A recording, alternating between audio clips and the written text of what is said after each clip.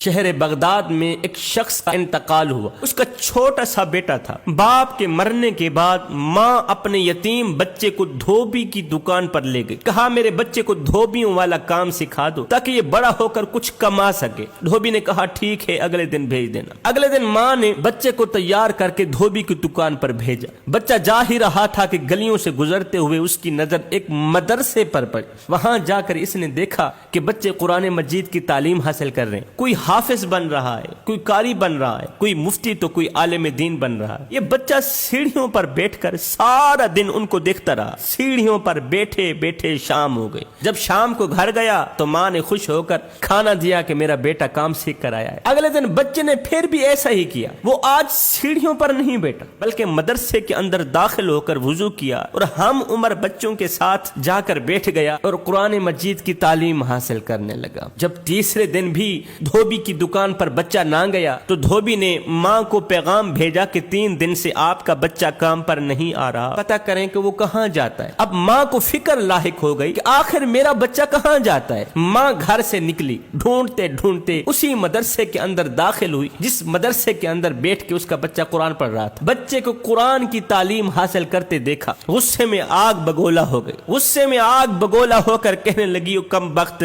میں نے تجھے کام کے لیے بھیجا تھا، تو آ کے یہاں بیٹھ گیا۔ اب ماں بچے کو مارنے لگی کہ یہ پڑھ کر مولوی بنے گا، خود بھی بھوکا مرے گا اور مجھے بھی بھوک سے مارے گا۔ لیکن بچہ ضد کر بیٹھا کیونکہ بچے کے دل میں قرآن گھر کر گیا تھا۔ اس کا دل قرآنی تعلیمات سے منور ہو چکا تھا۔ اب اس بچے کا جو استاد تھا اس کا نام امام اعظم ابو حنیفہ تھا۔ امام نے اس کی ماں سے مخاطب ہو کر کہا کہ ٹھیک ہے آپ اپنے بچے کو لے جائیے، لیکن ایک دن آئے گا یہ بچہ بادشاہ کے تخت پہ بیٹھ کے پستے کا جوس پیے گا۔ ماں بچے کو وہیں چھوڑ کر چلی گئی۔ بچہ قرآن کی تعلیم حاصل کرنے لگا۔ ایک دن ایسا آیا کہ وہ ایک مستند عالم دین بن کر اپنے گھر کو گیا۔ آگے ماں بیٹھی ہوئی تھی، جا کر ماں کو ملا، ماں تیرا بیٹا عالم دین بن کر آیا ہے۔ ماں نے خوشی کا اظہار کیا ہوگا یا نہیں کیا ہوگا۔ بچے نے کہا ماں بڑی بھوک لگی، کچھ کھانے کو مل جائے۔ ماں نے سوکھی روٹی کا ٹکڑا اٹھا کر بچے کو دے دیا۔ کہا ماں کوئی تازہ روٹی نہیں ہے؟ ماں نے جواب دیا کہا تھا نا کام سیکھ لو، مولوی مت بنو۔ اگر کام سیکھ لیتے تو آج تمہیں پراٹھے بنا کر نہ کھلاتی۔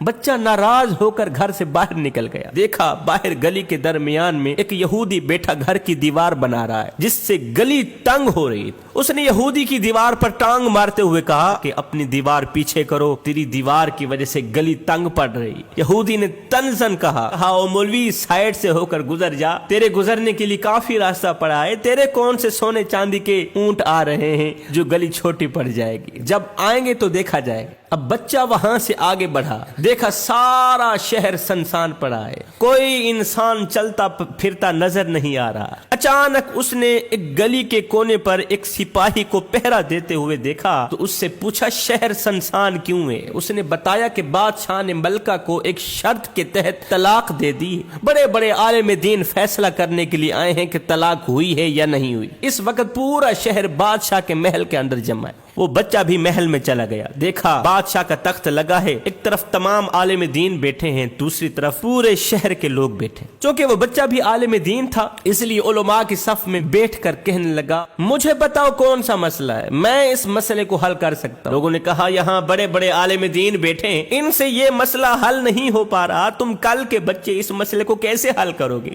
بچے نے کہا چپ کر جاؤ، علم کسی کے باپ کی میراث نہیں ہے۔ بادشاہ بچے کا یہ جواب سن کر بڑا ہی متاثر ہوا۔ بادشاہ نے کہا مسئلہ آپ کو میں بتاتا ہوں، حل کرنا آپ کا کام ہے۔ بادشاہ نے کہا لیکن اس کے لیے شرط یہ ہے کہ دلیل قرآن سے دینی پڑے گی۔ بچے نے کہا مسئلہ بتاؤ کون سا مسئلہ ہے؟ بادشاہ نے کہا میں اپنی بیوی کے ساتھ بیٹھا باتیں کر رہا تھا، میں نے اپنی بیوی سے کہا کہ تم کتنی خوش نصیب ہو کہ تمہیں مجھ جیسا جنتی شوہر ملا ہے۔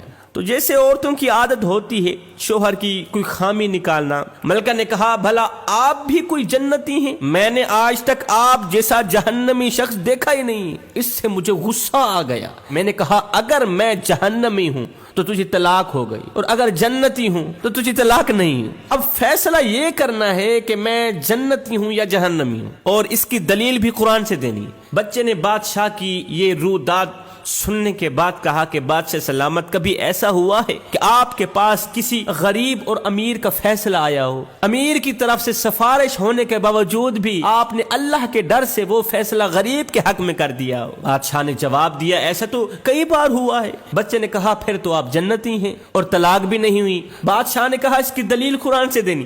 بچے نے قرآن کی ایک آیت سنائی، کہا وَلِمَنْ خَافَ مَقَامَ رَبِّهِ جَنَّتَانِ، اللہ فرماتا ہے نماز پڑھو ایک جنت دوں گا، روزہ رکھو ایک جنت، حج کرو ایک جنت، لیکن جو شخص مجھ سے ڈر جائے گا اس شخص کے لیے 2 جنتیں ہیں۔ تمام علماء بچے کا یہ جواب سن کر دنگ رہ گئے۔ بادشاہ نے کہا پورے شہر میں جشن منایا جائے۔ بچہ بادشاہ کے ساتھ تخت پر بیٹھ گیا۔ بادشاہ نے اپنے وزیروں سے کہا بچے کے لیے خاص ملک شیک لایا جائے۔ تھوڑی دیر بعد بادشاہ کے وزیر بچے کے لیے ملک شیک لے کر آئے۔ بچے نے جب اسے پیا تو وہ بہت ہی لذیذ تھا۔ بادشاہ سے پوچھا یہ کون سا جوس ہے؟ بادشاہ نے کہا یہ پستے کا جوس ہے، یہ پستے کا ملک شیک ہے جو ہم بادشاہوں کو بھی کبھی کبھی نصیب ہوتا ہے۔ اب بچے نے خوش ہو کر جواب دیا کہ بادشاہ سلامت یہ تو مجھے میرے استاد امام اعظم ابو حنیفہ نے 10 سال پہلے ہی بتا دیا تھا کہ تم بادشاہ کے تخت پہ بیٹھ کر پستے کا جوس پیو گے۔ اس کے بعد بادشاہ نے سونے چاندی کے لدے ہوئے اونٹ اور زرد پلاؤ کی دیگیں دے کر بچے کو رخصت کیا۔ بچہ وہ اونٹ لے کر، مال سے لدے ہوئے اونٹ لے کر گھر گیا۔ دیکھا کہ یہودی ابھی بھی وہاں بیٹھا دیوار بنا رہا ہے۔ اس کی دیوار پر ٹانگ مارتے ہوئے کہا اپنی دیوار ہٹاؤ یہاں سے، وہ دیکھو